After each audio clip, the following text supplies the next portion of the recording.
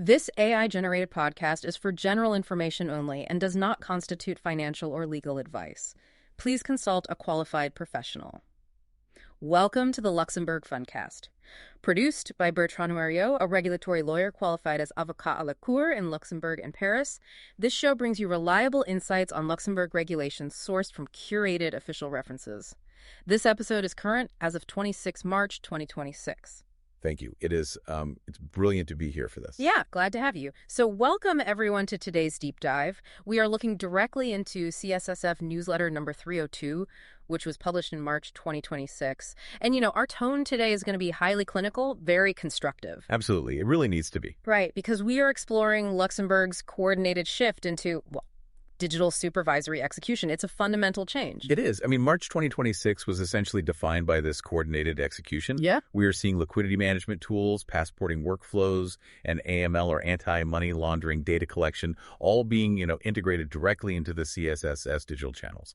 And to really visualize what this means for you listening, think about transitioning from reading an architect's blueprint, right, to actually laying the physical bricks. That is a spot-on way to look at it, yeah. Because we are moving away from just policy theory, reading the text and going straight into hard digital operational execution. Precisely. It is about laying the bricks now. Yeah. So before we get bogged down in the granular details, let's establish the high-level takeaways, delivering that immediate practical value for you. Yes, let's get into the must-knows. What is the first one? So practical must-know number one is all about the LMT framework, the liquidity management tools. Yeah. This is driven by the law of 3 March 2026. The key here is that relevant funds are now formally required to select at least 2 liquidity management tools. Right, at least 2. Yes, at least 2. And notably, this selection cannot rely solely on a combination of swing pricing and dual pricing. Wait, really? It cannot be just swing pricing and dual pricing? Exactly. You cannot just use those two in tandem to satisfy the requirement. Well, that's a huge point, isn't it? Because those are both essentially pricing mechanisms. Yes, they adjust the cost of entering or exiting the fund, but they do not fundamentally stop a run on the fund if investors are panicking. The CSSF is making sure funds have structural tools like redemption gates or, anti-dilution levies alongside the pricing adjustments. Ah, I see. So it's about having actual defensive mechanisms, not just cost allocation. Right. Though there is a specific derogation to note here for money market funds. Oh, okay. What does that look like? Well, because money market funds operate with entirely different liquidity profiles, they have a specific derogation regarding this exact selection mandate. But for the vast majority, it's at least 2 functionally different tools. Okay, that makes sense. So what is the second practical must-know from the newsletter? The second one is about the European passport notifications for Luxembourg-domiciled IFMs, the investment fund managers. These notifications are entirely shifting to the eDesk portal. This isn't just a temporary test phase. It represents a permanent structural upgrade in how you digitally interact with the regulator. A permanent shift. Okay, so everything routes through eDesk.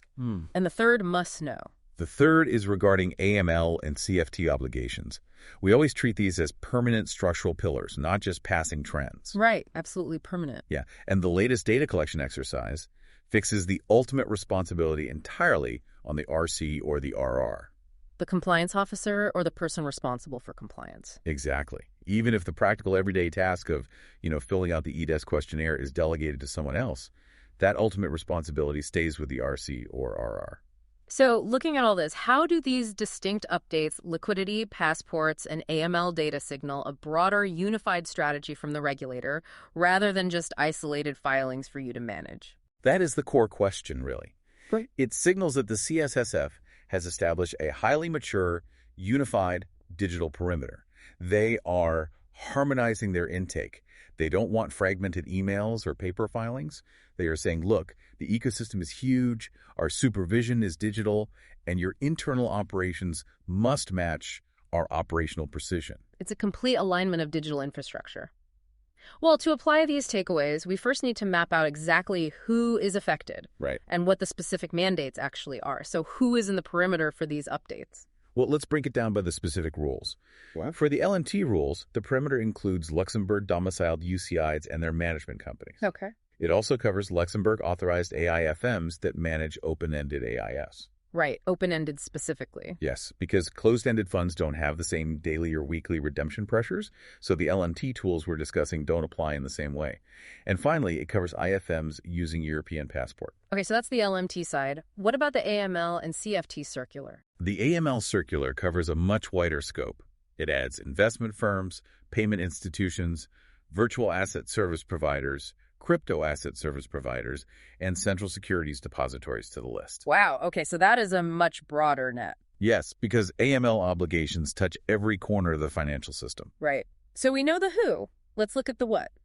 Newsletter 302 essentially highlights 3 pivotal communications from March 2026. Yes, there's a very strict chronological sequence here.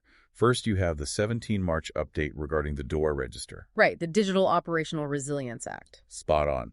Then, on 18 March, you have the communication directed at the investment fund industry, specifically concerning the liquidity management tools. Okay, 17 March, then 18 March. And then the 19 March communication on passport notification. So Right. It's a very busy 3 days of official communications. Definitely.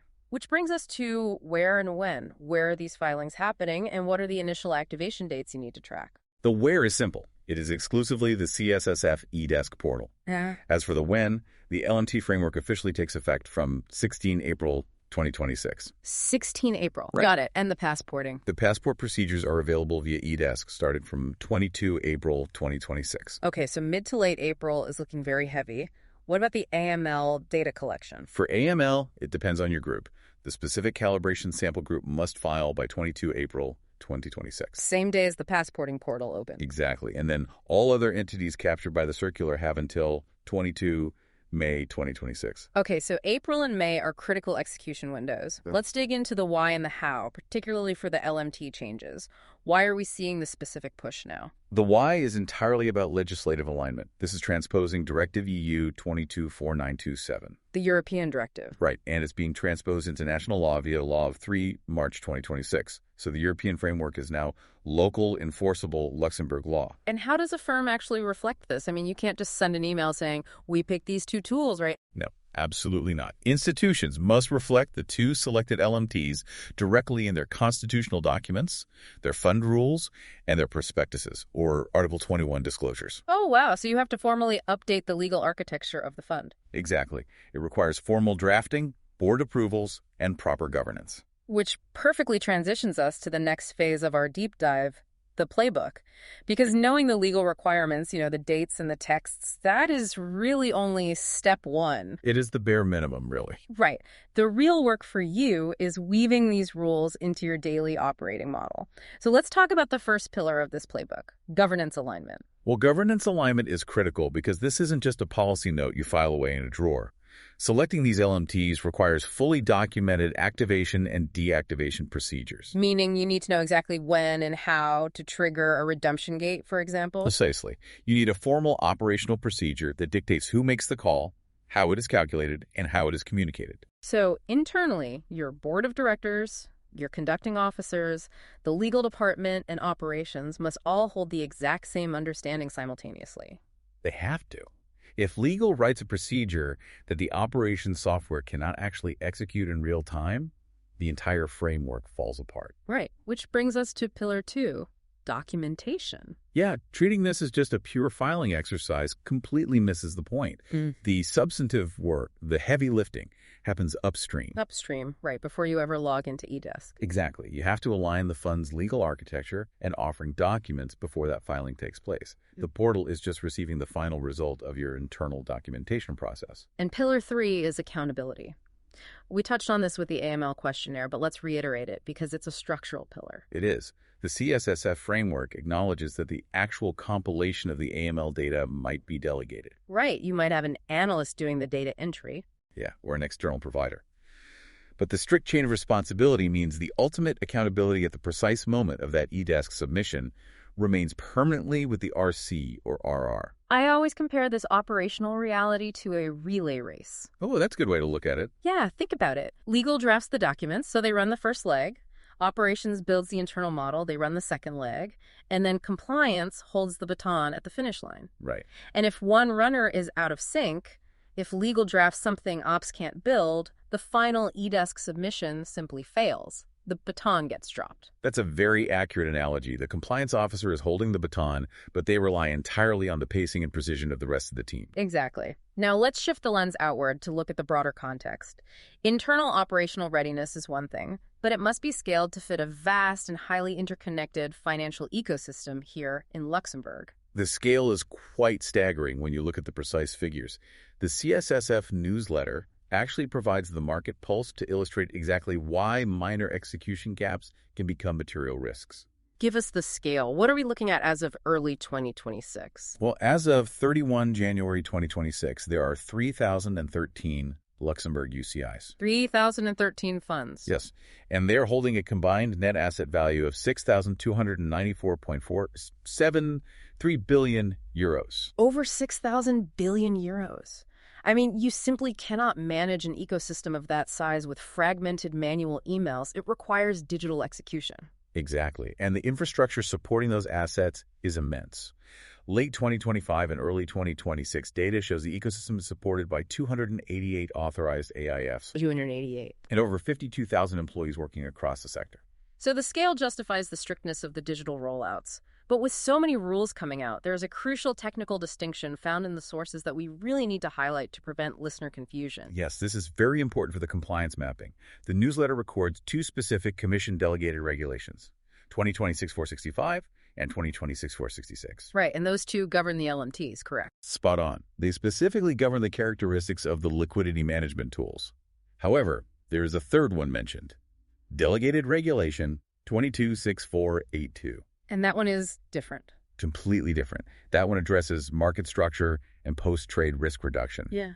It must absolutely not be folded into the LMT discussion. Right. So if you are delegating reading materials to your internal teams, make sure they don't get those mixed up. Exactness is essential for your compliance framework. Mixing those up would cause significant internal friction. So navigating an ecosystem of this size requires a rigorous, officially scheduled timeline. There is no room for speculation. We only look at confirmed milestones. Let's look ahead. Right, looking at the LMT deadlines first. The LMT selection module actually launched on the eDesk portal on 23 March 2026. So the module is live. It is live, but the critical milestone for you is 16 April 2026. And what happens exactly on 16 April? That is the hard deadline for the initial communication of your selected tools, and it's also the start date for the activation module itself within eDesk. Okay, 16 April is circled in red. What about passporting and AML? For passporting, eDesk availability opens on 22 April 2026.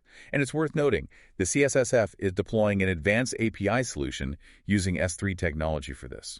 Right, an API solution. So it's direct machine-to-machine communication, highly efficient. Yes, it represents a huge leap in structural digital efficiency. And for AML-CFT, as we mentioned, the calibration sample is due 22 April 2026, and the remaining entities are due 22 May 2026. Okay, so April and May are intensely busy, but there's also the DORA timeline running in parallel, isn't there? Yes, DORA is running right alongside this.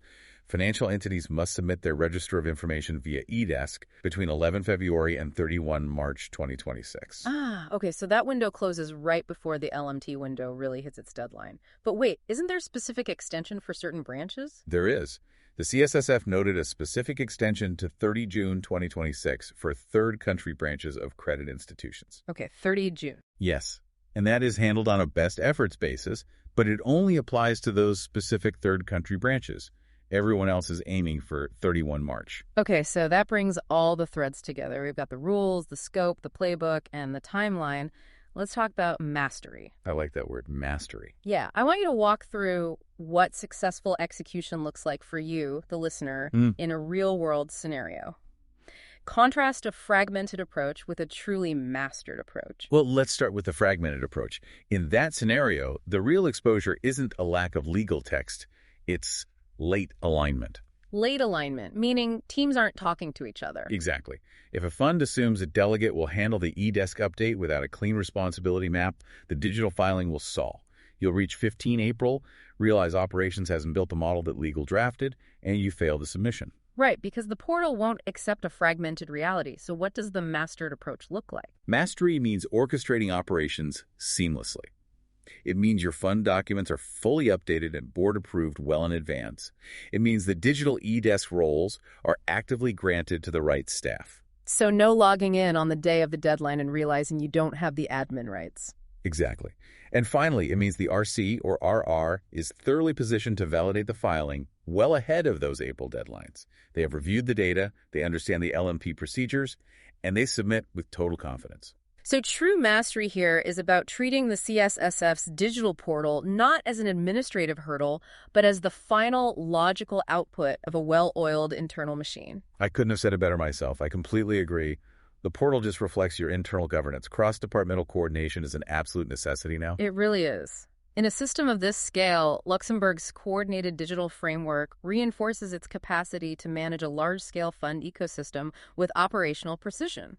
It does. And I would just leave you with one final thought to explore on your own as you review your frameworks this week. What's that? When a digital filing deadline approaches in your firm, are you merely preparing data for a portal, or are you actively verifying that the underlying operational permissions, the documentation, and the personnel are perfectly aligned to support it? It's worth asking your teams tomorrow morning. Follow on Apple Podcasts, Spotify, or wherever you get your podcasts. Subscribe to Bertrand Mariaux and Rigore Media on YouTube. Connect with Bertrand on LinkedIn at bertrandmariaux.com. All links in the show notes. This was the Luxembourg Fundcast.